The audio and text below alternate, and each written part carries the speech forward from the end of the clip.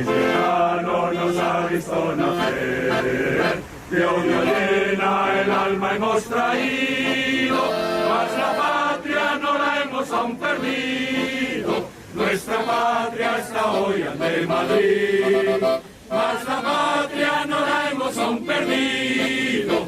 Nuestra patria está hoy ante Madrid. Hola, bienvenidos a todos a este programa de testimonios antiimperialistas. Hoy tenemos con nosotros a una figura excepcional, es Atilio Borón. Él es sociólogo, politólogo, doctor en Ciencias Políticas por la Universidad de Harvard, en Massachusetts, es profesor de la Universidad de Buenos Aires, ha escrito decenas de libros sobre teoría política, filosofía del derecho, geopolítica, cientos de artículos, de análisis. Durante más de 9 años fue secretario ejecutivo del Consejo Latinoamericano de Ciencias Sociales. Pero si algo caracteriza a Atilio Borón es su compromiso con las luchas de emancipación y por el socialismo, su compromiso con los gobiernos revolucionarios y con los pueblos. Ha combinado siempre su trabajo de asesoría e interacción con los líderes latinoamericanos más importantes de todos los tiempos, desde el caso de Fidel, Chávez, Evo, Correa, Lula, etcétera. Ha combinado todo ese trabajo con ese trabajo de base, ese trabajo desde abajo, comunicacional, y un trabajo pedagógico, participando en todo tipo de proyectos de educación popular, de formación de cuadros. Todas sus contribuciones son fundamentales para la lucha, para la resistencia. Hoy vamos a hablar con Atilio de Estados Unidos, lo cual significa hablar de geopolítica, de América Latina, pero también de lo que pasa en el interior de Estados Unidos. Bienvenido, Atilio, muchas gracias por estar con nosotros. Hola, ¿qué tal? Muchas gracias. Al revés, gracias por la invitación y por tus generosas palabras. Gracias, Juan Lu, gracias entonces, Ángeles, por esta invitación. Y está con nosotros para acompañarnos en esta entrevista Juan Lu González, miembro del Frente Antiimperialista Internacionalista, y también Manuel Pardo, que está detrás, está en ese background, controlando toda la parte técnica, ayudando a que salga adelante esta entrevista.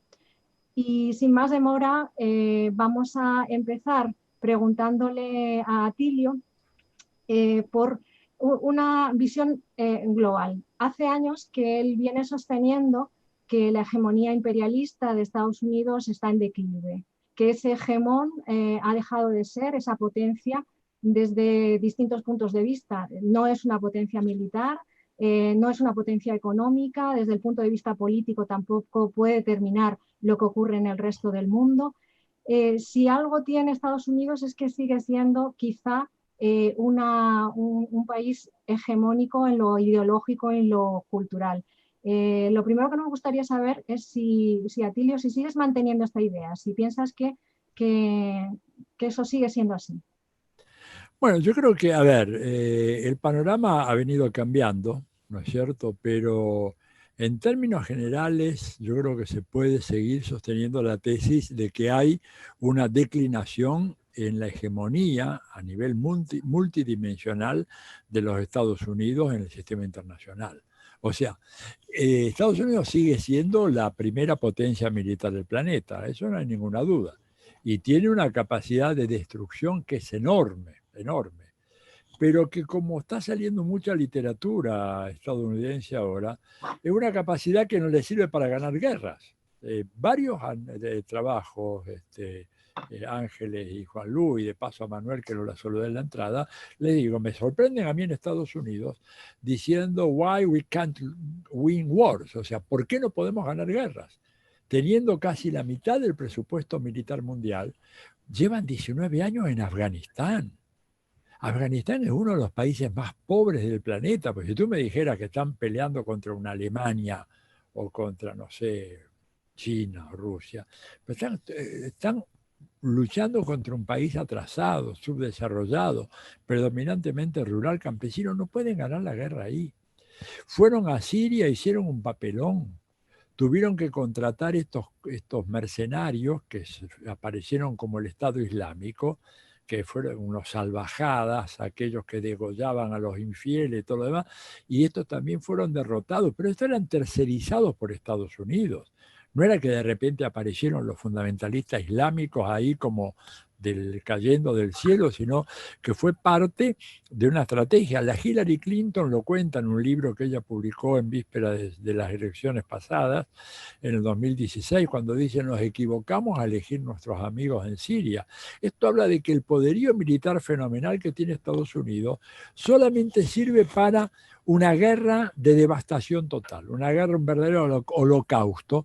Y ahí sí, claro, Estados Unidos va a infligir más daño que los demás, pero los demás también le van a hacer daño a él. Entonces, a ver, en lo militar Estados Unidos tiene un poderío enorme, no es indiscutible, pero un poderío que no le sirve para ganar guerras. En materia económica, Estados Unidos se está quedando rezagada en relación a China. Les guste o no les guste a los estadounidenses, hoy China es la locomotora de la economía mundial, rasgo que tradicionalmente lo tuvo Estados Unidos desde fines de la Segunda Guerra Mundial. Pero hoy en día esa situación es la que tiene China, no la tiene Estados Unidos. A ver, un solo dato para no hacer de esto demasiado así pesado en términos de estadísticas y números. China hoy es primer socio comercial o financiero de 144 países en el planeta Tierra. Ese dato solo es un dato apabullante, porque nunca, ni siquiera en el apogeo del predominio de los Estados Unidos, llegó a ser primer socio comercial o financiero de 144 países. China lo es.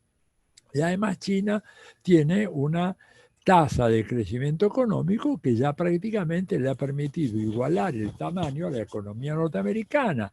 Si bien ustedes saben que hay dos mediciones por ingreso, por la paridad de poder de compra, pero ya prácticamente cualquiera que sea la medición, China está en una posición o igual o muy levemente inferior o muy levemente superior a la economía norteamericana. Ese es el segundo dato. Entonces ya la prevalencia económica de los Estados Unidos no es tal. Y en tercer lugar, Estados Unidos políticamente, sobre todo después de Trump, bueno, ha sido un país, un gobierno que ha roto sus alianzas tradicionales, con Europa, por ejemplo, que es más, ha ayudado a la desintegración y al debilitamiento de la Unión Europea. Y no puede poner coto a los procesos de crítica y de cuestionamiento que han surgido en América Latina en los últimos tiempos, porque si bien evidentemente con Bolsonaro se anotaron una gran victoria, pero no logran, ¿verdad?, revertir unas tendencias, porque como hemos visto en la elección de Bolivia, como hemos visto en la elección del domingo pasado en la constituyente de Chile, los aires de renovación que hay en esta parte, en el patio trasero, lo que ellos dicen así de una manera desfachatada, nuestro backyard, nuestro patio trasero, ni siquiera ahí lo pueden controlar. Entonces, estamos en una situación en la cual Estados Unidos aplica políticas salvajes de bloqueo en contra de Cuba, y Cuba resiste 60 años. Un bloqueo tremendo en contra de Venezuela, tremendo. Sin embargo, a pesar de eso, Venezuela está todavía en pie y está armando su proceso electoral, ¿no es cierto? A pesar de que este proceso ha sido rechazado por los países de la Unión Europea, por Estados Unidos. Entre paréntesis, no puedo dejar de mencionar el escándalo que ha suscitado la visita de Leopoldo López al presidente del gobierno español. Yo creo que el señor Pedro Sánchez o realmente ha perdido ya el uso de la razón, o se ha perdido su olfato político, o está rodeado por un equipo de asesores que debe ser despedido por inútiles. Porque digo, yo lo puse en un trino cuando me enteré de la noticia, digo, bueno, ahora que lo reciba el teniente coronel Tejero, porque Tejero, ¿verdad?, al cual en España le dieron 30 años de prisión, al lado de Leopoldo López, que tiene sobre su cabeza casi un centenar de muertos en las dos guarimbas. Tejero es una carmelita descalza, ¿verdad? No tiene ninguna virulencia. Pero bueno, esto habla de que me desvié, porque la verdad estoy muy indignado con ese gesto del presidente del gobierno español. Me imagino que ustedes lo comparten, ¿verdad? Por supuesto. La indignación es mutua. Y un dolor que sentimos, ¿no?, por el pueblo venezolano y su gobierno de que nuestro gobierno actúe así. Eso es una afrenta al pueblo de Venezuela, no solo Maduro. Ese señor es responsable de la muerte de casi un centenar de personas. Ha destruido casas, hospitales, escuelas, jardines infantiles y lo reciben como si fuera realmente un personaje ilustre. Realmente, la verdad que el prestigio de Pedro Sánchez se ha caído, pero no al subsuelo. Bueno, pero volviendo al tema, a pesar de eso, bueno, las elecciones van y se van a hacer. Entonces, ¿qué vemos nosotros? Vemos de que hay en los grandes pensadores del establishment americano, no digamos los publicistas, esto que tenemos en América Latina, ¿verdad? Pero en los grandes pensadores, la conciencia absoluta de que ellos iniciaron en un fin de ciclo y que comienza una declinación. ¿Qué te dicen? Dice, bueno, igual vamos a seguir siendo una superpotencia. Obvio, Estados Unidos no es que al declinar como potencia imperial se va a convertir en un país subdesarrollado. Va a seguir siendo un país fundamentalísimo, pero ya no es lo que era antes. Y, por ejemplo, Brzezinski, en sus últimos escritos, él murió hace 2 o 3 años, hay uno que es el penúltimo de él, que sacó en el Washington Post o en el New York Times, dice algo muy importante: gigantes pero no más hegemones. O sea, Estados Unidos seguimos siendo los gigantes de la economía, de la política mundial, pero no más hegemones. Entonces es una confesión de un tipo lúcido, de derecha, pero que precisamente por su lucidez y por su identificación con un proyecto de derecha no le miente a sus grupos dirigentes. Le dice, mire, el avión está perdiendo altura.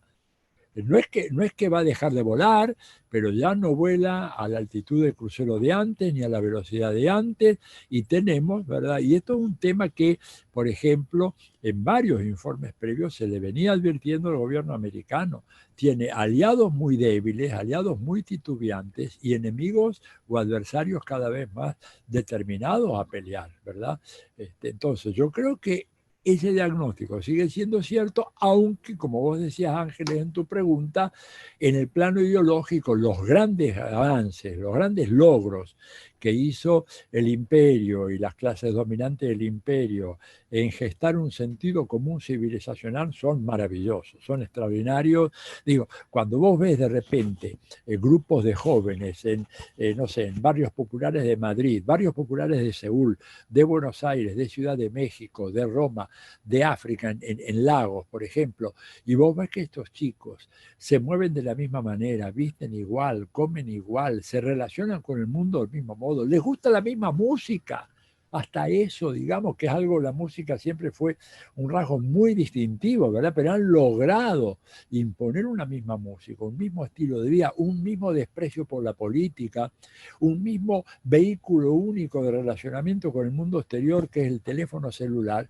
Te das cuenta que han hecho un logro fenomenal y que por eso la advertencia de Fidel de dar la batalla de ideas, de salir a luchar contra eso, ha sido muy, muy oportuna, solo que en la izquierda nos hemos quedado un poco retrasados ante ese pedido del comandante y nos demoró, y además, aunque nos pongamos en marcha, pero no tenemos los grandes medios que tienen estos canallas que dominan a toda la escena mediática mundial, ¿no es cierto? Y nosotros apenas si podemos colocar alguna ideita por ahí, hacer algo, pero en una batalla muy desigual. Pues muchas gracias, Atilio. De verdad encantado de tenerte de nuevo, aunque sea así solamente en plan virtual, ¿no? En fin, yo quería realmente aprovechar tu amplio conocimiento de la sociedad norteamericana y sobre todo también tus virtudes pedagógicas para que nos hicieras una reflexión. A ver, aquí lo que se nos vende en Occidente en general de Estados Unidos es que, bueno, no solamente a través de los medios de comunicación, a través del cine, ¿no? Y de ese American Way of Life que estabas comentando, es que Estados Unidos es el gran defensor de la democracia en el mundo y a la vez es una gran democracia en sí misma, ¿no? Pero cuando te vas acercando un poco y vas reflexionando y vas leyendo y tal, te vas dando cuenta de que Estados Unidos cada vez, bueno, cada vez no, siempre ha sido más un gobierno de los lobbies, quizá un gobierno de partido único prácticamente, que una democracia, ¿no? Hemos visto en algunos casos súper especiales cómo a veces los congresistas se han vuelto en contra de su propio partido en favor de un lobby que probablemente le hubiera pagado las elecciones a mucha gente, ¿no? Entonces, realmente me gustaría que nos dijera con esa visión pedagógica que te caracteriza, es quién manda de verdad en Estados Unidos y en qué se parece Estados Unidos a una democracia. Bueno, mire, quien manda, aclaremos, no es el presidente. El presidente es un mascarón de proa, ¿verdad?, que en esta nave del imperio, pero esto además no es un descubrimiento mío, ¿verdad? Peter Dale Scott, para mencionar el caso de un brillante, un señor acaba de morir hace unos pocos años, académico norteamericano, él desarrolló y amplió y fundamentó la tesis de lo que se llaman el Deep State, el Estado profundo, que ya había sido anticipada, ¿verdad? Hay que decir, porque siempre a mí me gusta salir al cruce de todas aquellas aportaciones que son presentadas como grandes innovaciones. No digo que toda la historia está escrita, pero cuando uno lee un texto clásico de Ray Mills, de comienzo de la década del 60, cuando escribe La élite del poder, ¿qué dice Ray Mills? Dice que ahí hay en Estados Unidos una articulación entre el poder económico, el poder financiero, el poder militar, y que son ellos los que mandan en el país, más allá de quien sea el presidente. Entonces, primera cuestión, el presidente, por supuesto, tiene atribuciones y puede hacer cosas y a veces entra en conflicto con el Estado profundo, pero realmente los que realmente mandan son ellos. Primera cuestión. Eso, por supuesto, no es democracia, porque nadie elige a esa gente, nadie los elige. Nadie elige a los súper ricos, nadie elige al poder financiero, nadie elige a los jefes militares, ni nada. No hay elección popular. Segundo, fíjense qué dato curioso. La Constitución de los Estados Unidos, a diferencia de muchas constituciones en América Latina, y creo que inclusive en la Constitución de España, no se proclama como un sistema político democrático. Es notable la ausencia de la palabra democracia en la Constitución de los Estados Unidos. La Argentina, el artículo 2 de la Constitución, se define como un país organizado según las reglas del sistema democrático, representativo, federal, etc. No hay tal cosa en Estados Unidos. Ellos no dicen en su Constitución, nada menos, tan celebrada, tan exaltada, tan alabada, que sean una democracia. Entonces, por algo será. En tercer lugar, los padres fundadores de la sociedad norteamericana tenían un miedo pánico, ¿verdad?, al populacho, así le llamaban, ¿no? La rabble, el populacho. Y por eso idearon este sistema que le ha permitido, ¿verdad? Por ejemplo, en el 2016, el señor Donald Trump, a pesar de haber salido segundo en la elección de voto popular, porque la Hillary Clinton le sacó casi 3 millones de votos de ventaja, sin embargo ganó él. ¿Por qué ganó él? Bueno, porque allá los que realmente cuentan son los votos de los colegios electorales, que son votos de las élites de estos estados, de alguna manera, y en donde además no impera el principio de representación proporcional. Tomemos un caso ahora reciente, por el asesinato de este chico Wallace ayer, ¿no es cierto?, en Pensilvania, sí, el estado de Pensilvania. En Filadelfia lo mataron, estado de Pensilvania. La preocupación. Pensilvania creo que aporta 20 votos al colegio electoral. Se necesitan 270 para ser presidente de Estados Unidos. Bueno, toda la especulación es si esto iba a modificar o no la tendencia de voto en el colegio electoral, esos 20 votos electorales de Pensilvania. Pero fíjense lo interesante. El partido que obtenga un voto más en Pensilvania, un voto más que el otro, se lleva los 20 electores. O sea, una regla básica de la democracia es la representación proporcional. O sea, si un partido, ¿verdad?, sacó 100 votos y el otro sacó 90, bueno, en la repartición de los cargos, el que sacó 100 votos tendrá, vamos a poner un ejemplo, 51, 52% del poder electoral y el otro tendrá 48%. Esto no existe en Estados Unidos. En Estados Unidos el principio es que el que gana se lleva todo. El winner takes all, como dicen ellos. Entonces, esto quiere decir de que es un tema profundamente antidemocrático en su gestación, y esto no es casual. Chomsky y muchos otros lo han venido diciendo hace mucho tiempo. Estados Unidos realmente no cree que la democracia sea un buen sistema. Ellos mismos, a pesar de que se ufanan de ser un país democrático, cuando uno mira, ¿verdad?, y tú lo decías, Juanlu, es un sistema unipartidario como también lo definió Noam Chomsky, un sistema unipartidario con dos alas, ¿verdad? Un ala un poquito más socialmente responsable y un ala más proempresarial, pero en el fondo representan los mismos intereses. Y además hay un dato muy significativo: tomamos los últimos 25 o 30 años de la historia de los Estados Unidos y ¿qué es lo que vemos desde el punto de vista económico? La fenomenal concentración de la riqueza que se produjo en el marco de una sociedad supuestamente democrática, un sistema político supuestamente democrático.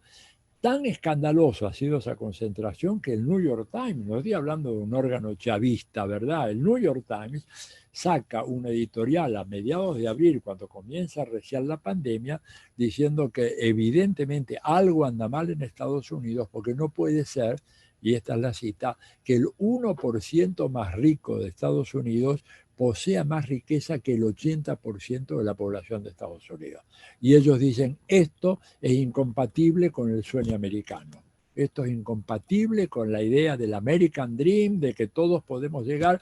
Y aparecieron, y tal vez los aburro con esta estadística muy interesante, apareció un estudio de la OECD hace poco, en donde se preguntan cuántas generaciones se requieren para que en determinados países la gente más pobre pueda acceder al ingreso medio, no digamos que llegue a la cumbre, al ingreso medio. Bueno, en Estados Unidos se requieren 6 generaciones.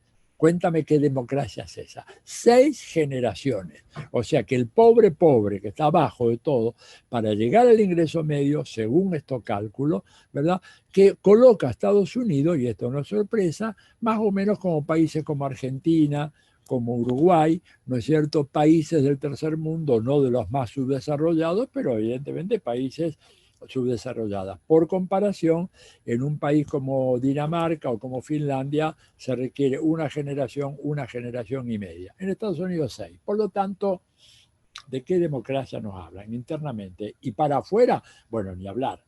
Procesos democráticos que se armaron en América Latina tuvieron como principales oponentes, organizadores de los golpes de Estado, financiadores de los Estados Unidos.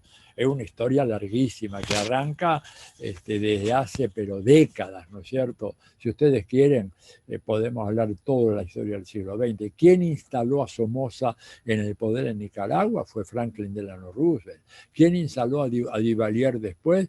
También el gobierno de los Estados Unidos.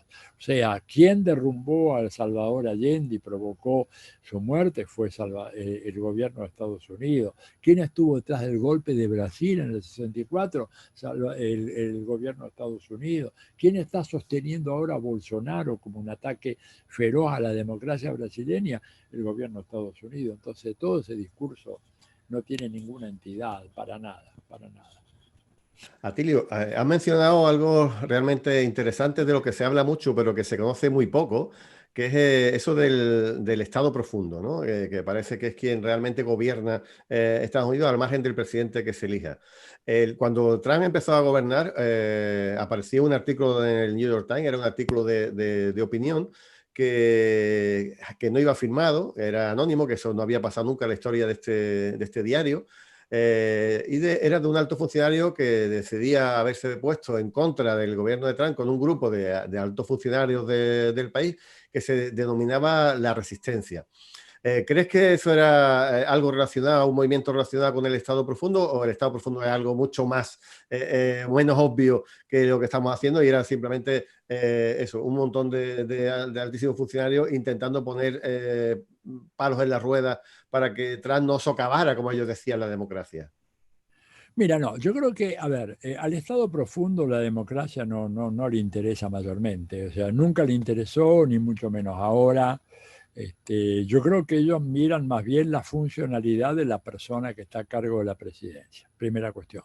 Segunda cuestión, el Estado profundo, o sea, esta conjunción de actores, ¿verdad?, que es muy compleja, porque, a ver, hay lo que ellos llaman el core, el núcleo central, está formado por el complejo militar industrial, por el sector financiero, y por supuesto, algunos de los principales lobbies que hay, entre ellos el lobby petrolero, etcétera, el lobby israelí, que es muy importante en la producción de la política doméstica de los Estados Unidos, ¿verdad? Bueno, en ese complejo hay contradicciones y han surgido muchas, porque hay una gran división en este momento.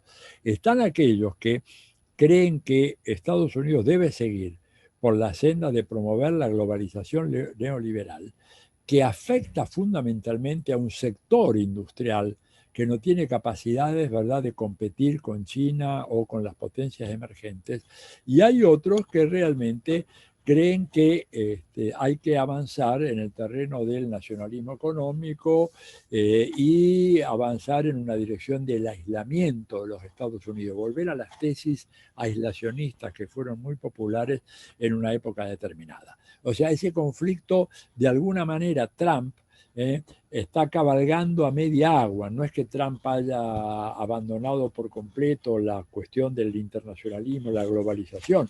Lo que pasa es que él la quiere manejar a su manera.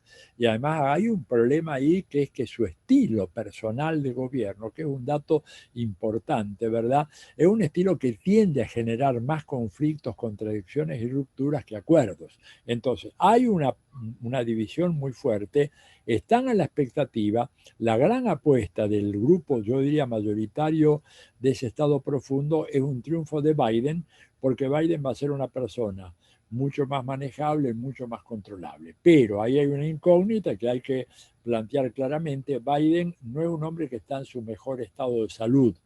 Y de repente les queda la Kamala Harris, que si bien no es una persona de izquierda, pero sí claramente tiene un pensamiento un poco más de avanzada de lo que es la media de la clase política norteamericana. No es la Alexandra Ocasio-Cortez, ni es Bernie Sanders, pero digamos, en esta oscilación se tiende a inclinar un poquito más en esta línea que en la dirección ortodoxa del Partido Demócrata, que como sabemos es bastante derechosa. Y digo, se redondeo con esto. Fíjate que las declaraciones de Biden en relación a Venezuela no difieren mucho de las declaraciones de Donald Trump. En el fondo va a seguir haciendo la misma política, optando por la carta militar si es que Maduro no se cae antes, reconociendo a Guaidó o ahora a Leopoldo López, tal vez como presidente encargado. O sea que por ese lado vemos que las cosas no van a haber, no va a haber cambios muy significativos. Gracias, Atilio, pero estamos hablando mucho de las contradicciones internas, ¿no?, de la élite que gobierna, de los poderes económicos, pero conocemos muy poco, por lo menos aquí en Europa no llega prácticamente nada de lo que pasa al interior de Estados Unidos, con esas masas de populares, con esas masas de negros que parece que se están reorganizando, que están, digamos, poniendo sobre la mesa una discriminación secular que no tiene salida, pero también esto está confluyendo con masas de trabajadores en Estados Unidos o no. Es decir, lo que nosotros vemos a cuentagotas, que es una conflictividad social muy grande, ¿es real? ¿Está habiendo esa conflictividad social o no? Sí. Es real, Ángeles, y esto ha surgido con mucha fuerza en los años de Donald Trump, pero fundamentalmente en el último año, porque ya da la impresión de que la policía está absolutamente desmandada y hace cualquier cosa. Ayer, el asesinato de ayer, el de Bolas, este chico ahí en Filadelfia, es una cosa increíble. Un chico que a distancia estaba blandiendo un cuchillo, así dice textualmente el informe de la policía. Imagínate tú el peligro de alguien que está blandiendo un cuchillo a 10 metros de los oficiales de policía más cercanos. Lo acribillaron con 10 balazos. Esto habla de que, a ver, ¿qué hay? Bueno, primero, la esclavitud en Estados Unidos ha dejado una secuela que todavía no ha sido cerrada. Esa secuela sigue todavía ahí y la situación del afroamericano en los Estados Unidos es una situación de discriminación permanente, persistente. Cuando uno mira, por ejemplo, hace el desglose de los las personas que están en las cárceles en los Estados Unidos por origen étnico, es impresionante la sobrerepresentación de los negros y la subrepresentación de los blancos. Digo, claramente el ser negro y el ser joven hay una estadística que vi hace ya unos pocos años, pero algo así que siendo negro y joven tenés como 8 o 10 veces más chances de ir a la cárcel que si eres joven y blanco. Digo, esto está así.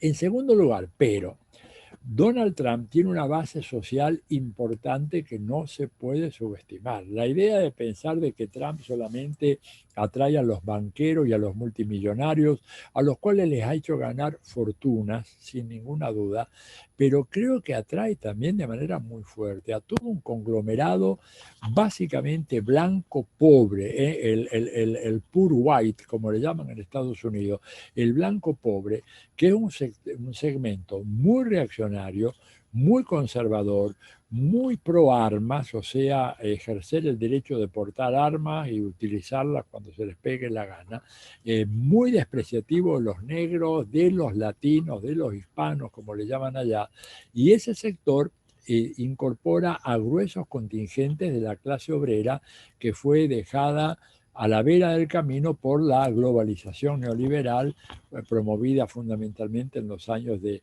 Bill Clinton y después continuada con las administraciones sucesivas. O sea que no hay que subestimar la base social que tiene Trump. Y les digo, la última encuesta que ha salido ayer, la diferencia entre Trump y Biden se ha reducido a 6 puntos, lo cual es un dato sumamente delicado porque Trump llegó a estar 15 puntos abajo en algunas encuestas.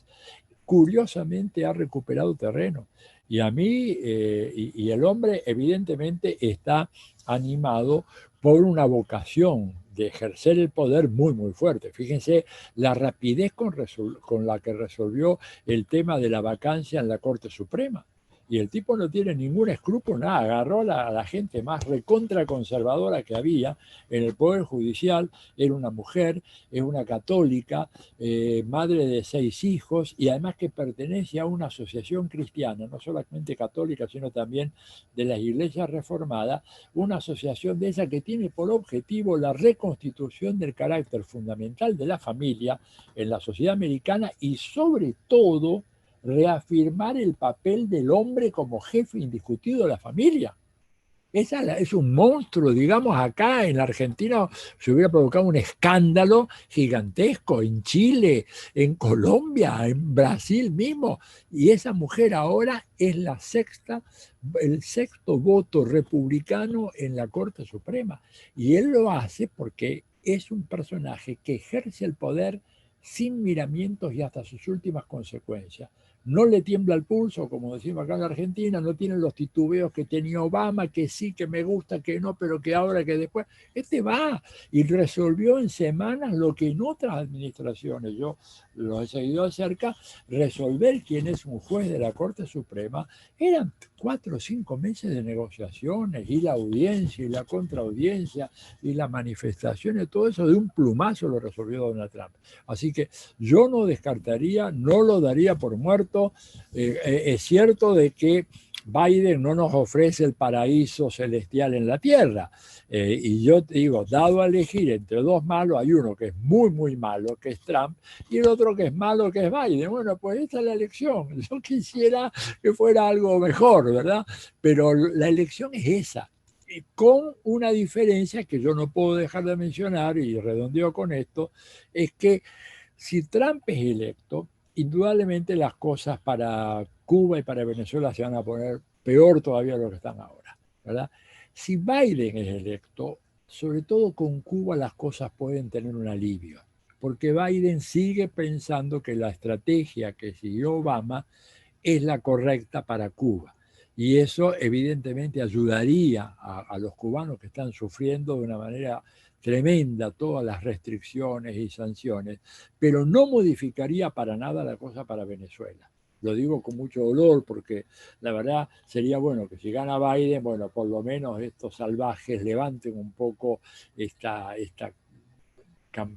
pongan fin a esa campaña tan brutal de sanciones y de agresiones y de movilizar mercenarios y todo lo demás en contra de Venezuela.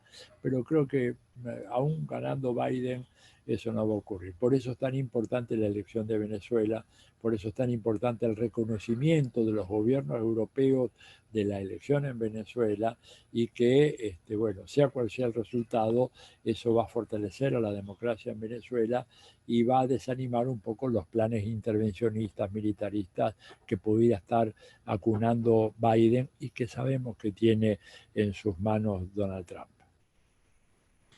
Sí, justamente te iba a preguntar por eso ahora, ¿no? En fin, en un sistema político, en un régimen, como ellos le espetan a muchos países que no les gustan, en un régimen que está tan cooptado por esos grandes lobbies, por ese Estado profundo, preguntarnos quién va a ser menos malo, cuando también has dicho que prácticamente los presidentes pues realmente pintan poco. Es como preguntarnos ahora que estamos casi en Halloween, ¿qué prefieres? ¿Susto o muerte? ¿No? Pues nada, ¿no? Yo recuerdo incluso, lo comentaba el otro día, que en una biografía de Ronald Reagan se decía que su principal papel como presidente era dar de comer a las ardillas de la Casa Blanca, ¿no? Que prácticamente no hacía absolutamente nada. Y lo que decían era, le acercaban cuando tocaba un guión, como era actor, se lo estudiaba y lo daba, ¿no? Pero cuando se emborrachaba o cuando se le olvidaba lo que decía en escenas diplomáticas, etcétera, era capaz de provocar una guerra mundial, ¿no? Como pasó una vez con China, que se le soltó la lengua y empezó a decir barbaridades que a punto estuvieron a crear un conflicto diplomático, ¿no? Entonces, yo creo, ya lo has dicho, ¿no? Que realmente podemos esperar muy poquito de una elección norteamericana. No hay ninguna esperanza para el mundo de lo que salga y las esperanzas, en cualquier caso, hay que ponerlas en el otro lado para que, bueno, para poderle doblarle el brazo de Estados Unidos, ¿no? Como decía, creo que ahora mismo el Che, 1, 2, 3 Vietnam, ¿no? Para que podamos pensar en liberación en América, en más países de América Latina o de Oriente Medio, etcétera, que son donde están los puntos un poco más calientes del mundo, ¿no? Sí, definitivamente. Yo creo que realmente es lo como tú dices, ¿no? Susto o trick or treat, ¿no? Como dicen ellos, en el Halloween. Desgraciadamente no hay una cosa mejor. Pero yo creo que, a ver, este cambio de los vientos que se están produciendo en la parte austral de América Latina, con Chile, con Bolivia, un dato que yo quiero agregar que a veces se olvida, Uruguay, ¿no es cierto? Porque en Uruguay hubo unas elecciones hace cosa de un mes y medio, en donde es muy interesante, los 3 distritos más poblados del Uruguay ratificaron el voto por el Frente Amplio. O sea que hoy el Frente Amplio, si bien no tiene la presidencia, pero tiene la intendencia de los 3 departamentos más poblados del Uruguay. 65% de la población del Uruguay hoy está viviendo bajo gobiernos locales, municipales, administrados por el Frente Amplio. Esto era un cambio. Se pensaba la derecha uruguaya que con la elección de la calle Pou, bueno, ya iban a barrer. No barrieron nada, al contrario, retrocedieron. Entonces yo creo que ese cambio de alguna manera puede desalentar a Estados Unidos a avanzar en una operación militar. Y también lo desalienta el nuevo papel que en la escena internacional están jugando China y Rusia, porque evidentemente China y Rusia tienen intereses no solamente políticos, sino también económicos, vinculados a la riqueza petrolera de Venezuela, a la riqueza mineral que tiene Venezuela, y no están muy dispuestos a quedarse de brazos cruzados mientras Estados Unidos organiza una cruzada o una aventura militar allá. Van a pegar un grito, van a presionar, van a hacer cosas, no van a mandar tropas. Un poco yo a veces veo a algunos compañeros muy entusiasmados y dicen, bueno, llegan los chinos, ponen tropas. No, los chinos no van a poner tropas, ni los rusos la van a poner tropas. Además, realmente eso sería colocar al mundo al borde de una tercera guerra mundial. Pero sí van a poner una serie de obstáculos y de escollos que Estados Unidos no desconoce. Ahora, ahí hay un papel muy importante, y les digo, ustedes que están en Europa, un papel muy importante en la Unión Europea. La Unión Europea no puede jugar un papel tan pobre, tan sometido, tan vergonzoso como el que está jugando. Yo sé que es una tarea imposible o casi imposible, pero le digo realmente, es muy importante que ustedes presionen a sus representantes allá. No puede ser que la Unión Europea, que tiene embajadas Los principales países europeos tienen embajadas en Venezuela. La Unión Europea tiene una embajada en Venezuela y desconozcan un llamado electoral, apelando a la pandemia, y no dijeron lo mismo por las elecciones en Chile ni de las elecciones en Bolivia. Y si uno mira la tasa de mortalidad por millón de habitantes en Venezuela, en Bolivia y en Chile, en Bolivia y en Chile es 20 o 30 veces superior que en Venezuela. Venezuela ha hecho un trabajo extraordinario en materia de control de la pandemia. Realmente chapó, como se dice. Un trabajo notable. Les pongo un ejemplo. Argentina está en casi 600 muertos por millón. Venezuela está en 30 muertos por millón. O sea, tiene 20 veces más efectividad que nosotros. Un Estado bloqueado, que no puede importar medicamentos, no puede importar alimentos, no puede importar repuestos para el metro, para que la gente se transporte en el metro de Caracas. Y a pesar de esas condiciones, en términos reales, ¿verdad?, son 20 veces más efectivos que el Estado argentino, que ha hecho además una tarea mejor, mucho mejor que la que hicieron los chilenos, los brasileños, los peruanos, los mexicanos. Pero pese a eso, nosotros al lado de Venezuela hemos hecho una performance lamentable. Venezuela tiene una tasa 20 veces menor. Pese a eso, la Unión Europea dice que ahí no hay condiciones porque, no sé por qué, ¿verdad? Y eso ayudaría muchísimo, porque Estados Unidos, un poco en el manejo de la opinión pública, sabe muy bien que nosotros, colonizados durante casi 4 siglos por potencias europeas, España y Portugal principalmente, ¿verdad?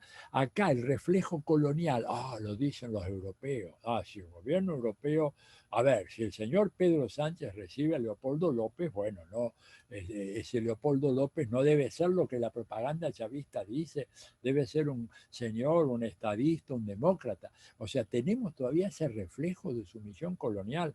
Por eso para nosotros es importantísimo que algún país europeo salga y diga, miren, no, hay que mandar veedores. Además, Maduro no es que le está pidiendo, vengan a aplaudir la elección. Vengan y miren, revuelven todo, métanse ahí, vean los padrones, miren los procesos electorales como hizo Jimmy Carter. A ver, ¿cómo es posible que Jimmy Carter haya dicho en una de sus últimas visitas a Venezuela, que el sistema electoral de Venezuela es mejor, más transparente y confiable que el de Estados Unidos, y unos burócratas en Bélgica digan de que ese sistema es malo? Digo, por favor. Entonces, este es un poco, ¿verdad?, el problema que se nos presenta con lo de Biden y Trump, en ausencia de una Europa dispuesta a ser fiel a la gran tradición humanista europea, porque hay una traición a esa tradición. Bueno, no sé, perdona que te interrumpa, Atilio, porque yo no estoy muy de acuerdo con esa visión que tienen los latinoamericanos de la Europa. Es decir, los europeos no tenemos esa visión de Europa como una unidad y con unas políticas que puedan tener, digamos, independencia. Y Europa es un conglomerado de actores económicos, sobre todo. Es decir, quien gobierna y decide las políticas es el Banco Central Europeo, ni siquiera la Angela Merkel, o sea, es el Banco Central Europeo. Entonces, además de eso, de que no existe esa Europa, ese imaginario, ¿no?, ese imaginario de Europa, ¿no?, que tome una decisión. Pero además de eso, hay una cosa que está subyaciendo ahí. Cuando tú dices, ¿cómo es posible que Pedro Sánchez, socialdemócrata, que se llena la boca hablando de progresista, de gobierno progresista, con Podemos, no lo olvidemos, es un gobierno de coalición donde está Podemos, que tradicionalmente ha tenido un papel, entre comillas, cuando no eran gobierno, ¿no?, defendiendo a los gobiernos latinoamericanos, revolucionarios y progresistas? Bueno, ¿cómo es posible que actúe como está actuando? Pues si nos hacemos esa pregunta y ahondamos un poco en qué es lo que pasa en este país, en España, nos damos cuenta de que la influencia de Estados Unidos y la política, la subordinación a Estados Unidos es fundamental, es clave, y que además este país ha tenido un papel muy importante presionando a otros gobiernos europeos precisamente en la dirección contraria de aliarse con los países latinoamericanos. Es decir, España ha enarbolado, ha sido el portavoz, el altavoz de la gusanera de Miami, de ahora de los venezolanos. Los venezolanos se han instalado en este país. En Madrid hay una comunidad de venezolanos reaccionarios que están siendo alimentados por este país. Entonces, quiero decir con esto que no tenemos que abandonar un poco esa idea de Europa como una unidad. No existe esa Europa como una unidad, y además hay una subordinación, hay una pérdida de soberanía estos años. Ha habido una pérdida de soberanía fundamental, y en un país como este, como España, más todavía. Y todos los gobiernos, ya sean gobiernos del PP, gobiernos progresistas, han acabado subordinándose a las políticas de Estados Unidos, porque no podemos olvidar que en España hay 4 bases militares de la OTAN. Aquí está el escudo antimisiles que se ha instalado aquí en este país, en Torrejón. Se ha construido un búnker para alojar al Consejo de Dirección, ¿no?, de la OTAN. Este país tiene una posición tan clave, que es muy difícil decir, bueno, vamos a tener una política diferente a la de Estados Unidos, ¿no? Ahora unos compañeros del Frente Antiimperialista de Canarias me mandaban un mensaje. Canarias, las Islas Canarias están pegando a África, están siendo el centro de operaciones de Estados Unidos para el control de África. Entonces, no sé muy bien un poco esa idea que tienes tú. Nosotros podemos presionar, ¿no? La población española puede presionar, pero yo no sé si eso que decíamos al principio, ¿no?, que el dominio ideológico es tan fuerte. Y ahora yo te quería preguntar con la pandemia, porque este país en concreto está liquidado desde el punto de vista económico y social. Decían esta mañana, hay un 46% de paro entre los jóvenes, 46%. Y entre la gente, la población activa, estamos pasando el 16% de paro.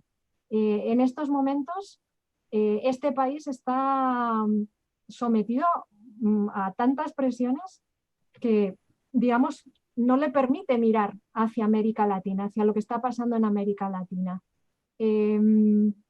No sé si la visión de España, que tienen los latinoamericanos de España, va a cambiar como resultado de esta pandemia o no.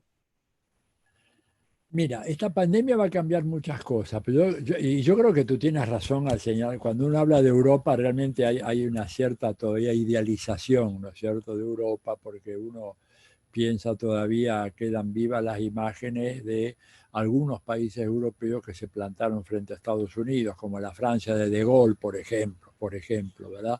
Pero bueno, por eso es historia de medio siglo atrás.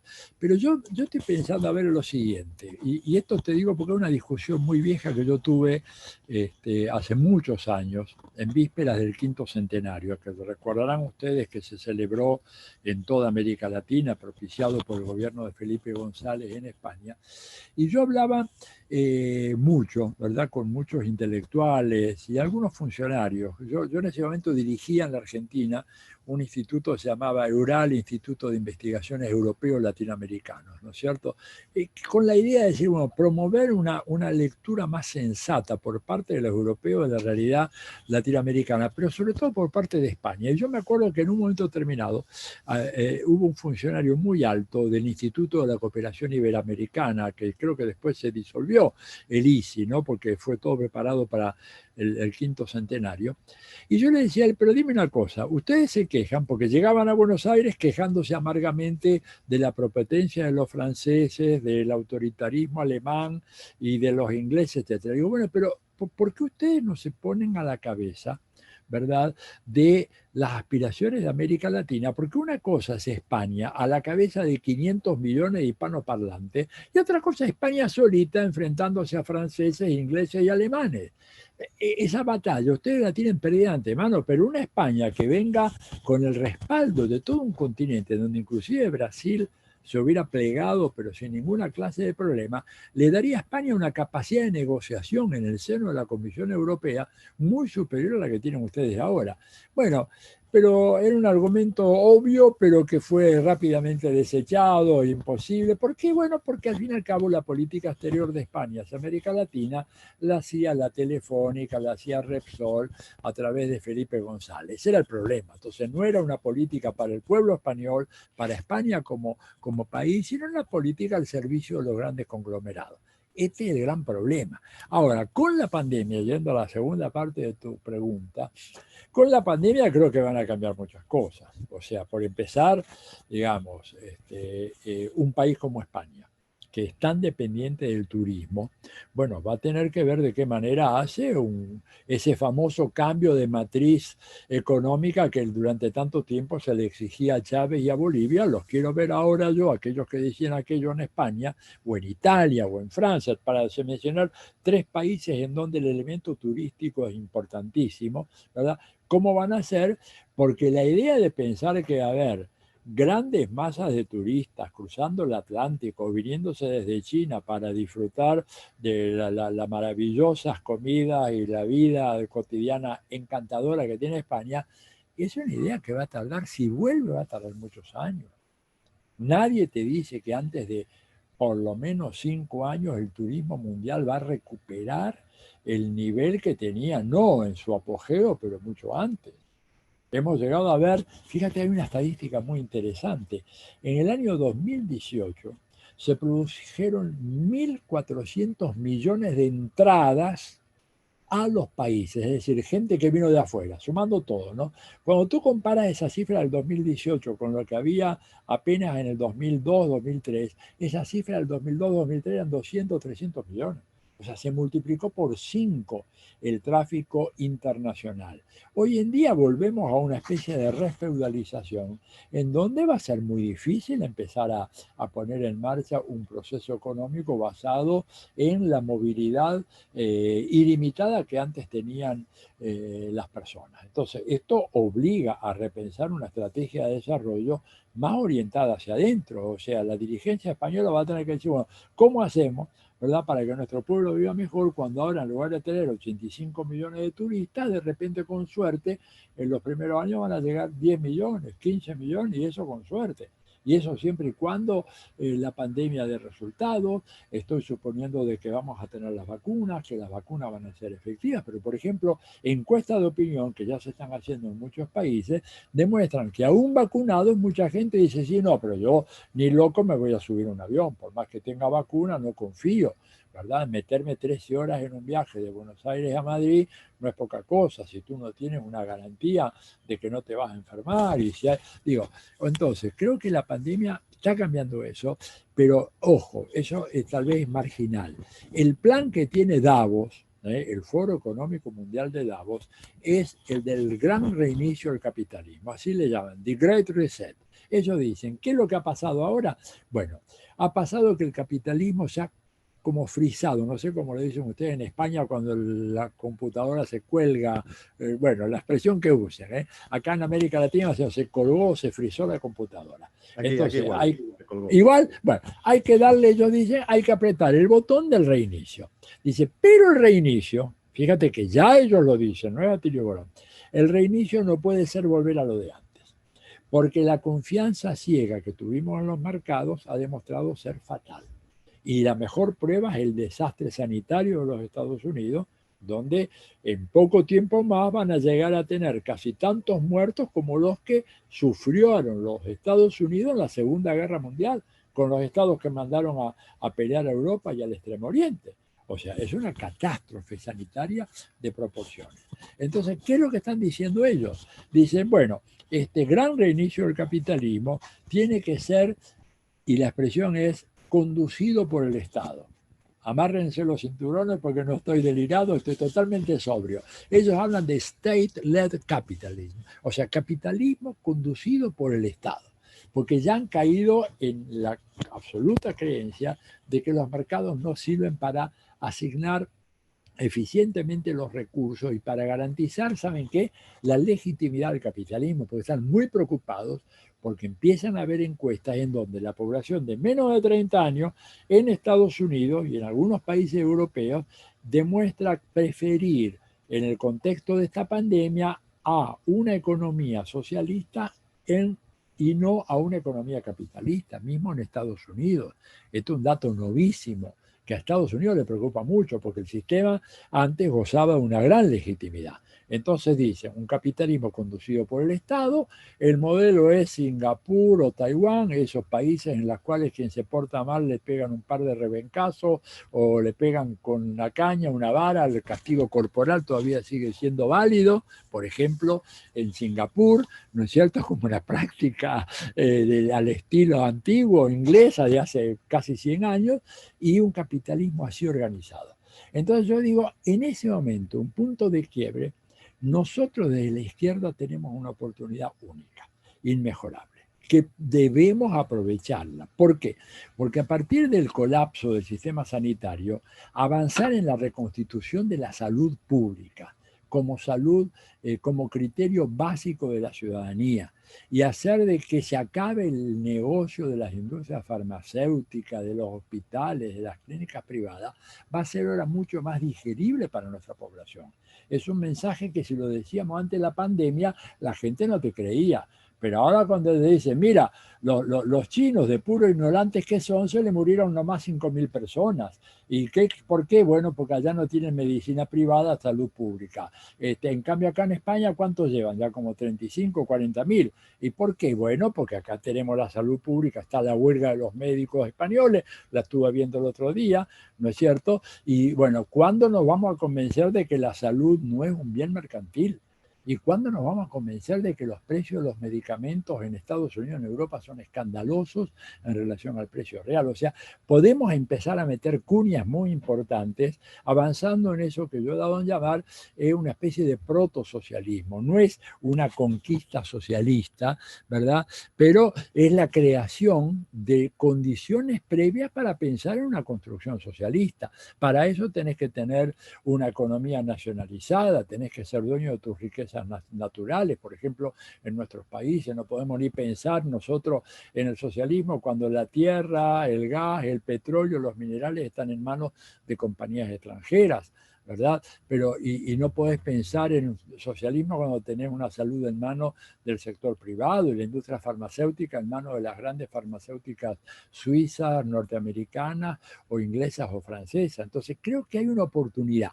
Se nos da, si nos organizamos, si nos concientizamos, y esta tecnología de ahora, que le estamos ayudando al señor Zoom, ¿saben cuánto vale esta empresa ahora?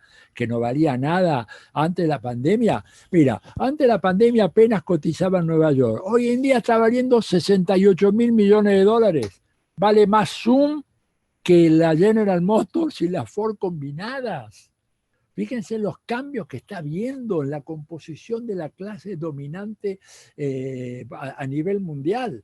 Entonces, nosotros en este momento de confusión, de incertidumbre que ellos tienen, podemos realmente avanzar con una propuesta de desmercantilización y un ataque a los fundamentos, ¿no es cierto?, de lo que es el orden capitalista. Yo creo que podemos avanzar, que no estamos condenados, porque ojo, el capitalismo que se viene va a ser más cruel, ¿eh? Ese capitalismo recargado que ellos proponen va a ser un capitalismo mucho más duro, mucho más inflexible que el que hemos conocido. Bueno, yo sin ánimo de terciar en el pequeño debate que tuviste antes, yo soy de los que pensaba que si Trump sigue gobernando más tiempo, en la brecha atlántica se iba a ahondar bastante más y Europa iba a acabar separándose mucho más de Estados Unidos, buscando alternativas incluso para los modelos de seguridad que no estuvieran tan anclados en la OTAN, y que con alguien tan impresentable como Trump en el poder más tiempo, quizá, y bueno, y de la partida, por supuesto, de la Unión Europea, de Reino Unido, quizá habría algunas posibilidades de que Europa empezara a ser consciente y a retomar esa soberanía que tiene delegada en Estados Unidos, fundamentalmente en política exterior, ¿no? Pero bueno, veremos qué pasa. ¿O Atilio quiere decir algo? No, que yo creo que los chinos te van a ayudar mucho en eso, ¿verdad? Con esa famosa ruta de la seda y el tren rápido. Que me han dicho que el tren rápido ya llega hasta Madrid, ¿no es cierto? Un tren de carga rápido que sale de Shanghai recorre toda Europa. O sea, obviamente que China se ha convertido ya en un factor importantísimo en el proceso interno europeo. Y además la pregunta que tendrían que hacerse en Europa es decir, bueno, ¿de quién nos está protegiendo Estados Unidos? ¿Cuál es la amenaza ahora? Porque cuando estaba la Unión Soviética uno podía decir, bueno, no, el comunismo soviético, las garras del oso soviético que se abalanzan, pero ¿de quién los protege ahora Estados Unidos?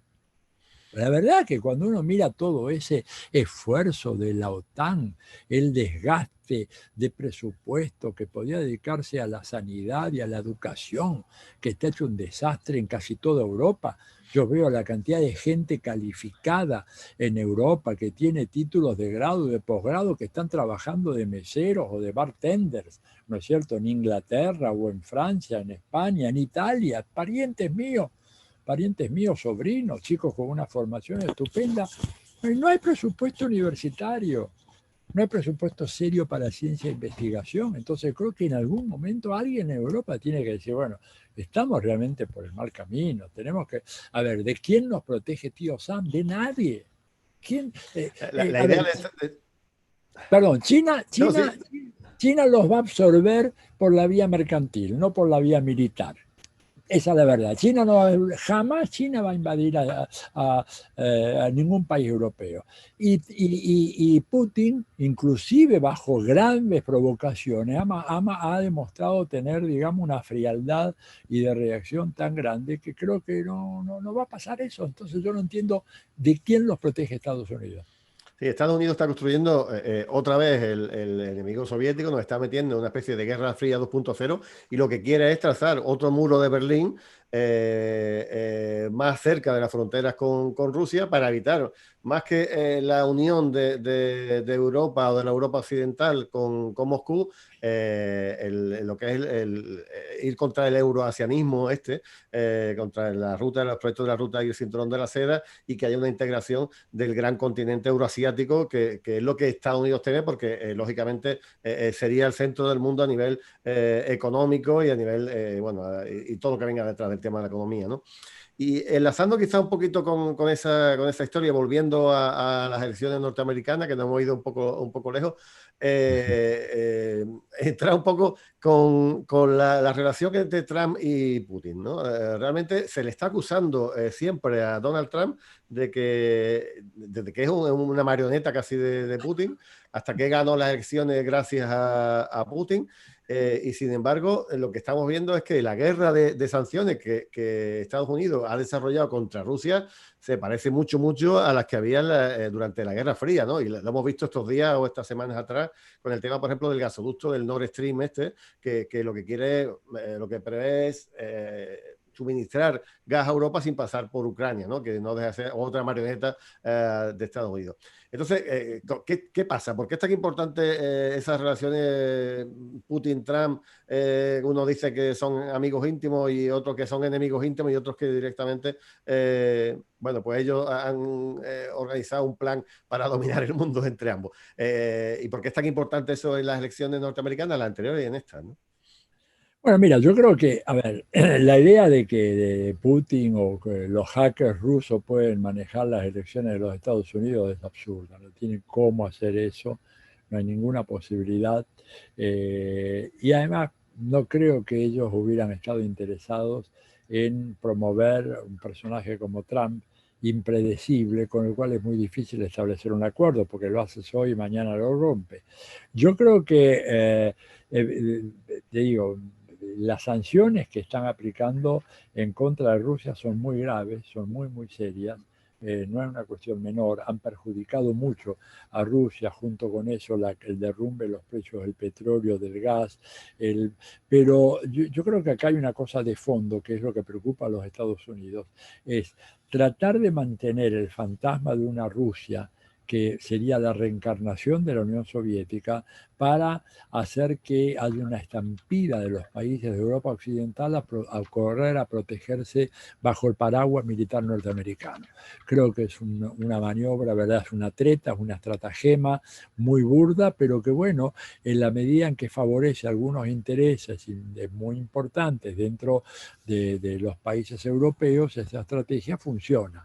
A partir además de un aparato fenomenal de desinformación de masas como hay ¿no es cierto?, en nuestros países, como hay en toda América Latina, como hay en Europa, como hay en España, donde el nivel de información que tiene la gente, no solamente en Europa, también en Estados Unidos, lo decía también Brzezinski, que en el apogeo de la guerra de Irak, apenas un 20-25% de la población norteamericana, cuando le mostraban un mapa de Medio Oriente, podía identificar dónde estaba Irak.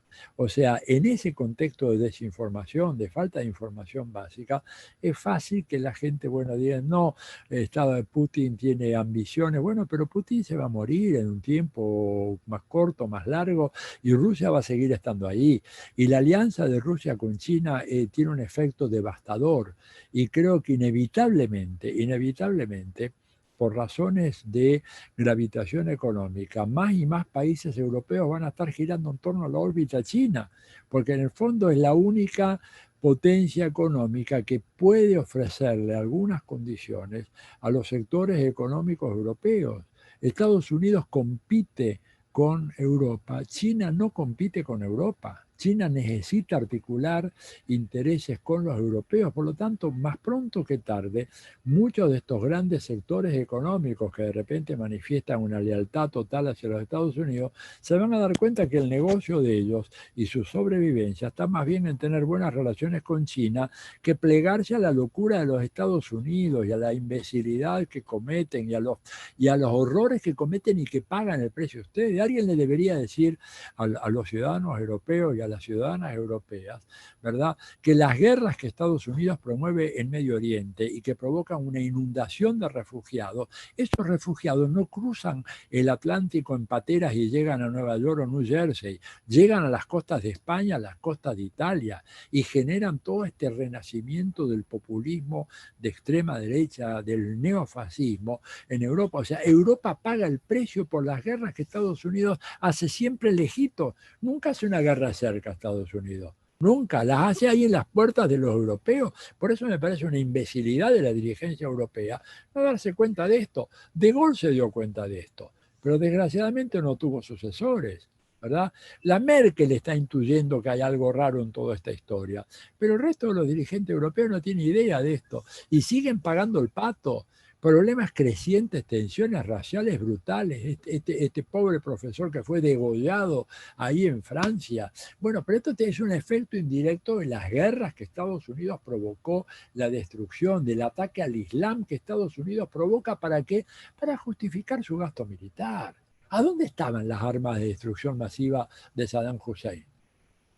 ¿A dónde estaban? No estaban, era un blef, ¿verdad? Pero bueno, tuvo resultado de que a José María Aznar, ¿recuerdan la famosa reunión en las Azores? Aznar, Bush y el otro era Tony Blair, que fue tan traumático que después se convirtió al catolicismo, Tony Blair, ¿no? O sea, él estaba antes con la iglesia anglicana y seguramente lleno de culpa se vino a la iglesia católica, se convirtió al catolicismo. Fueron cómplices de esa masacre que hicieron y que provocaron todo. Atilio, yo estoy de acuerdo contigo que se abre esta crisis, que no es la crisis de la pandemia, porque esto viene de antes. Es decir, claro, la pandemia resulta una excusa, la excusa perfecta, digamos, ¿no?, para resetear el sistema. Es verdad que se abre una posibilidad, ¿no?, de que haya más gente que, digamos, que visibilice, que vea qué es lo que hay detrás de las políticas y que sepa identificar mejor a los responsables, que también es uno de los problemas de la articulación de la izquierda, de cualquier movimiento organizado, ¿no?, para que no sean salidas, digamos, individuales, fragmentadas. Se abre esa oportunidad, yo estoy de acuerdo con eso, pero también en todos los momentos de crisis, históricamente, se ha abierto la oportunidad para que el propio sistema pueda desplegar todos esos instrumentos de control y represión. Pensemos en ese periodo entre guerras en Europa y el ascenso del fascismo y de los nazis, ¿no? En el caso de España, para nosotros es muy preocupante que la ultraderecha franquista como Vox sea la tercera fuerza política, es la tercera fuerza política de este país. Y ellos ahora mismo tienen ese discurso de más Estado. Se necesita más Estado, más concentración, que desaparezcan las autonomías, España para los españoles, que también se asemeja mucho a ese discurso, ¿no?, de Trump en sus tiempos, ¿no? Entonces, la pregunta va un poco por ahí. Efectivamente, es un periodo de oportunidades, pero también el peligro de que la propia población, las poblaciones europeas, como la propia Norteamérica, demande más Estado y que el Estado sea el que controle, un Estado cada vez más autoritario. ¿No está ahí también ese peligro? Está ese peligro, tienes razón. Y de hecho, lo que hizo la pandemia, que correctamente plantea, no es que produjo la epidemia, la crisis. La pandemia aceleró los tiempos de la crisis y la profundizó, la hizo más grande, ¿verdad? Introduciendo cambios que en algunos casos van a ser irreversibles. Por ejemplo, buena parte de los empleados de cuello blanco, ¿verdad?, en muchos países europeos y latinoamericanos, ya les está llegando mensajes de que cuando termine todo esto van a seguir trabajando en sus casas. Y ya le están dando los discursos mentirosos, le dicen, mira, por el mismo salario, pero te ahorras tu costo en viaje, te ahorras tu desgaste de viajar 1 hora de ida y 1 hora de vuelta a tu oficina, estás más con tu familia, con tus hijos, es más, te vamos a dar una computadora nueva para que puedas desempeñarte mejor, te podemos pagar hasta la conexión de internet, que igual es nada, moneda, cambio chico, ¿verdad? Pero ¿sabes qué? Además se redefine la relación y ya dejan de ser trabajadores, dejan de ser empleados, pasan a ser contratistas. El modelo es hacia una tercerización, ya no son empleados, son contratistas, son socios de la empresa, como Uber, en donde te dice, yo no tengo trabajadores, tengo casi 1 millón de personas manejando autos por todo el mundo, ninguno de los cuales es mi empleado. Pero todos los tengo una nómina, a todos les deduzco un dinero, todos pagan esto, pero no tienen ni derecho a la jubilación, a la seguridad social, a la salud pública, no tienen vacaciones pagas, licencia por maternidad. O sea, se viene un capitalismo en donde si no nos oponemos con fuerza, las grandes conquistas que hubo en el periodo keynesiano, ¿verdad?, hasta el 75, se van a ir al diablo.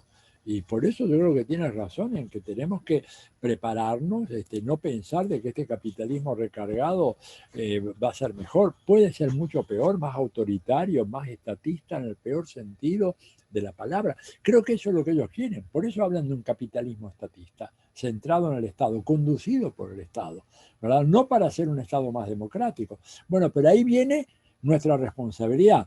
Tomar las calles y salir a dar la gran pelea y no confiarnos en los mecanismos institucionales del Estado capitalista, porque esos mecanismos no sirven para producir cambios.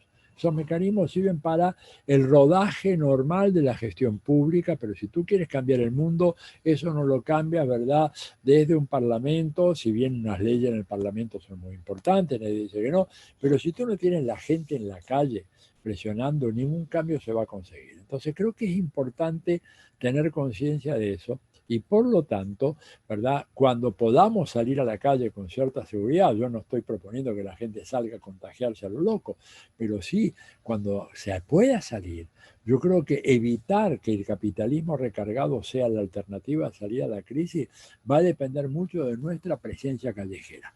Y si no hay presencia callejera, y si no hay organización, y si no hay unidad en el marco de todas estas fuerzas de izquierda antiimperialista europea, si perdemos la unidad, bueno, en la dispersión ellos nos van a ganar siempre, porque ellos están muy unificados.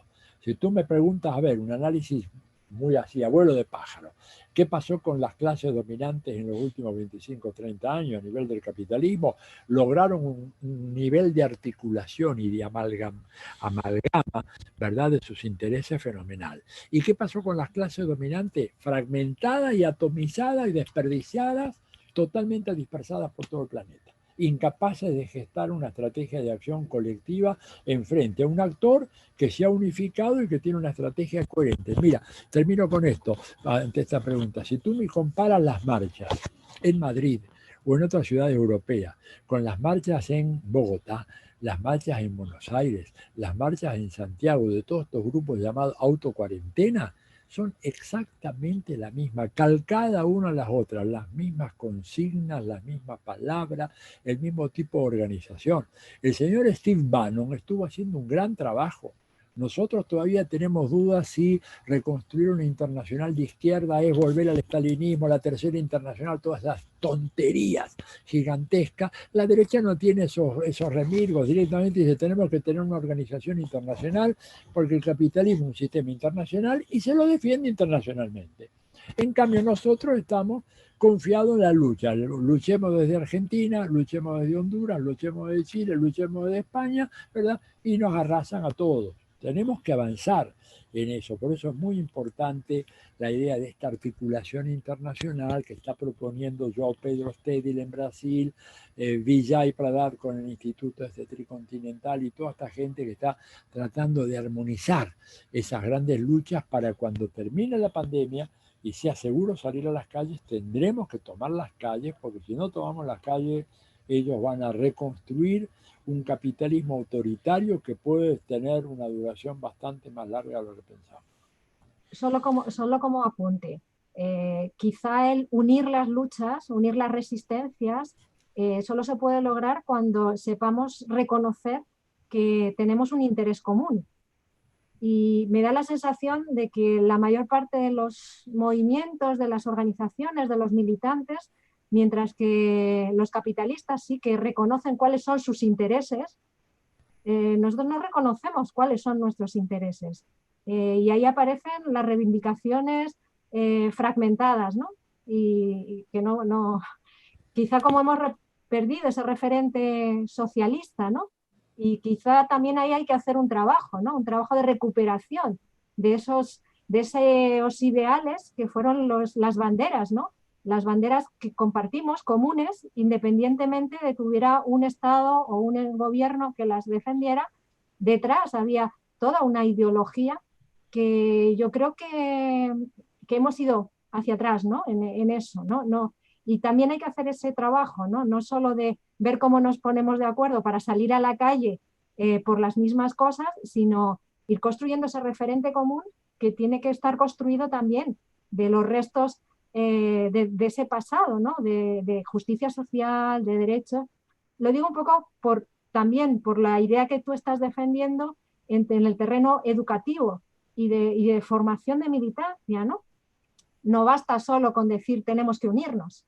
Tenemos que unirnos, todos somos conscientes de que tenemos que unirnos, pero ¿cuál es esa base común que nos va a unir? Claro, el punto de convergencia, bueno, pero eso es lo que hay que buscar y para eso, digamos, no hay una fórmula, es decir, no es algo que uno pueda escribir un paper y dice acá nos unimos. En cada país, en cada situación, fíjate lo que pasó en Chile, muy interesante. Yo estuve yendo muy a menudo a Chile en los últimos 4 o 5 años, ¿verdad? Y yo tenía algunas discusiones con compañeros militantes que se quejaban, decían, bueno, el problema que tenemos acá es que no hay una organización. Y yo decía, no es que no hay una organización, hay muchas organizaciones, infinidad de organizaciones, pero todas casi a nivel micro. A ver, mujeres golpeadas organizadas, ¿verdad?, en Santiago. Mujeres golpeadas pero de Valparaíso, jóvenes sin trabajo de poblaciones marginales, mapuche de tal provincia de la región de Temuco, etcétera, los lagos, hay organizados, los otros se organizaban de otra manera, grupos de militantes de izquierda, intelectuales, digo, había bueno, infinidad de organizaciones barriales y territoriales. Claro, en el modelo antiguo de hace 30, 40 años, todo eso se aglutinaba en una vanguardia política, sea el Partido Comunista o alguna alternativa funcional a esto, y adquirían una cierta coherencia, una cierta unidad. Bueno, pues eso ya no existe. Entonces, ¿qué fue lo que pasó en Chile? Pasó en Chile que de repente un grupo de quinceañeras se saltó los molinetes del subte y entró al subte sin pagar, y fue la chispa que incendió el llano, y todas esas estructuras organizativas a nivel micro, regionales, locales, de repente sintieron que había una voz de orden y salieron toda la calle, y produjeron el acontecimiento fenomenal del 19 de octubre, que hizo que esta señora, la mujer de Piñera, pensaban que eran alienígenas. Era gente que ella nunca había visto, lo dice, yo lo cito en una notita mía, ella fue muy sincera, Dijo, esta gente nunca la vimos antes en Chile. Claro que no. Si el pinochetismo, el post-pinochetismo sepultó a esa gente, los invisibilizó, los castró políticamente, los excluyó, pero esa gente apareció y tenían su organización. Y ahora tienen un gran desafío. Entonces yo creo que, de vuelta, buscar los puntos de coincidencia común. Evitar tener discusiones que no sean absolutamente esenciales, no digo postergarlas para siempre, ¿verdad? Pero digo, hoy en día, ¿cuáles son las discusiones más importantes que tienen que tener los movimientos sociales? ¿Verdad? Bueno, dar la lucha contra el capitalismo y contra el patriarcado, ¿no es cierto? Pero bueno, después las cuestiones marginales dentro de esa gran lucha, dejémosla para después, pero primero tratemos de avanzar por este camino, porque si no, estos otros nos van a realmente aplastar, porque además, fíjate lo que pasó ayer u hoy en Bolivia, mataron a un gran dirigente minero, habrán visto la noticia, ¿verdad? Fue asesinado, ese tipo le dieron una gran golpiza, finalmente no se recuperó. Bueno, pues esta es la derecha, y la derecha española es igual de violenta que la nuestra tiene los mismos ancestros, ¿verdad? Entonces hay que tener cuidado con eso y ver cómo podemos, organizándonos, concientizándonos y pensando, digamos, en dar esa unidad que es imprescindible para poder resistir y evitar una recomposición capitalista más reaccionaria de la que conocimos en el pasado. Bueno, Atilio, has hablado hace un momento de tomar las calles, ¿no? A mí me gustaría hablar de las alamedas que se han tomado, ¿no? Estos días, porque, en fin, no hay nada mejor que poder acabar con un poquito de optimismo, ¿no? Hace unos pocos días estuvimos acompañando al pueblo boliviano en el gran triunfo contra la dictadura, que todos esperamos que sucediera, pero que consideramos que había muy pocas posibilidades. Y luego, acto seguido, en cuestión de una semana, el pueblo chileno por fin va a desterrar al basurero de la historia la constitución de la dictadura de Pinochet, ¿no? Sin embargo, por hablar un poco de la relación con Estados Unidos, hay algunos sectores del Partido Comunista o de algunos analistas chilenos que dicen que realmente, porque claro, Piñera decía que estaba en guerra, ¿no? contra la clase popular, contra la clase obrera. Su mujer hablaba de alienígenas directamente. Decía que, bueno, que íbamos a tener que renunciar a algunas cositas, a algunos privilegios nuestros para dárselo a los demás, ¿no? También con la pillada esa que le hicieron con el audio que le grabaron sin saberlo.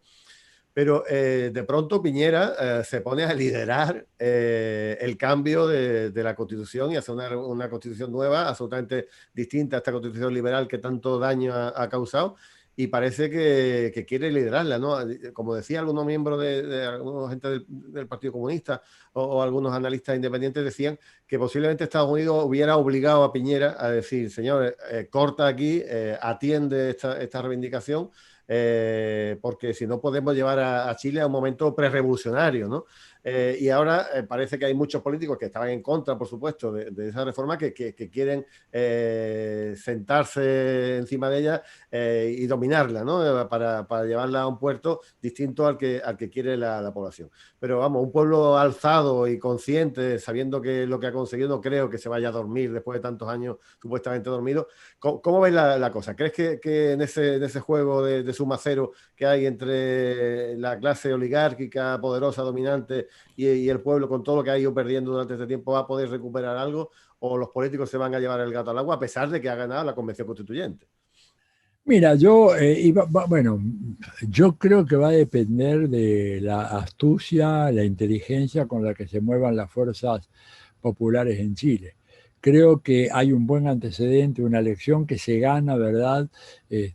Con una proporción de votos que incluso superó las mejores expectativas, ¿verdad? Estaban hablando de que entre el 65 y el 70 era un gran logro, se logró mucho más que eso, se obtuvo mucho más que eso, por lo tanto me parece que hay un terreno abonado como para poder avanzar en una dirección unitaria, armar buenas listas y tratar de obtener una gran mayoría en la Asamblea. Ahora, si después, en el momento de la verdad, es decir, puedes tener una hermosa partitura, pero si luego los músicos son improvisados que no tocan bien. Bueno, la culpa no es de Mozart, la culpa es de los que tenían que tocar el violín, el piano, la viola, ¿verdad? Que el cello, que no están a la altura de las circunstancias.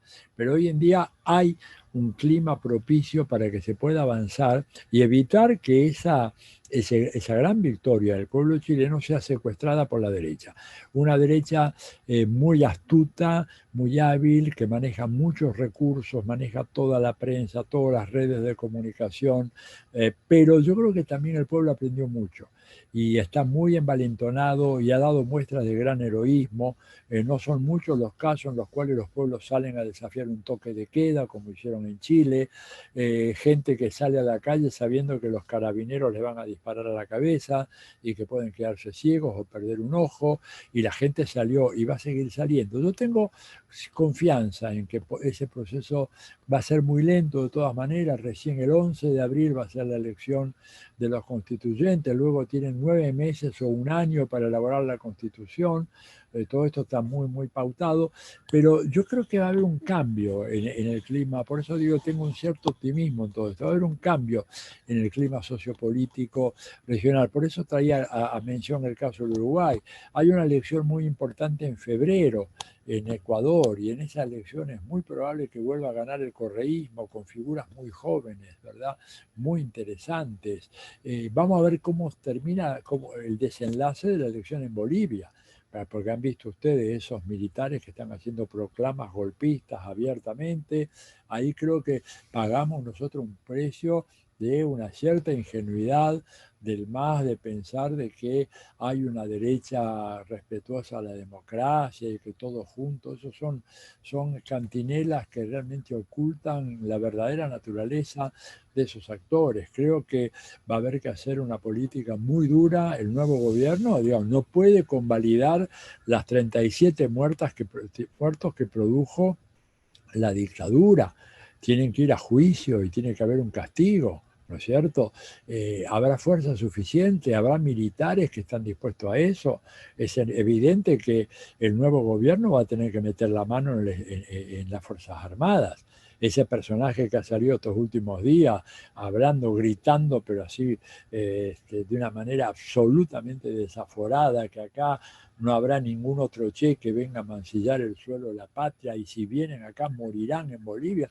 Digo, son personajes que sacarlos de una vez ya directamente, lo sacas por las malas o por las buenas, le da una embajada que vayan digamos, a Afganistán como embajadores de Bolivia, o si no, le da de baja y ya directamente, es decir, aplicas todos los resortes que tiene el poder, que es un problema, ¿verdad? Que no me quiero extender más porque estoy muy fatigado, la verdad, pero uno de los problemas que tienen los gobiernos de izquierda es que no utilizan los recursos de poder que tienen a su mano y que inclusive les están conferidos por las constituciones burguesas, ¿verdad?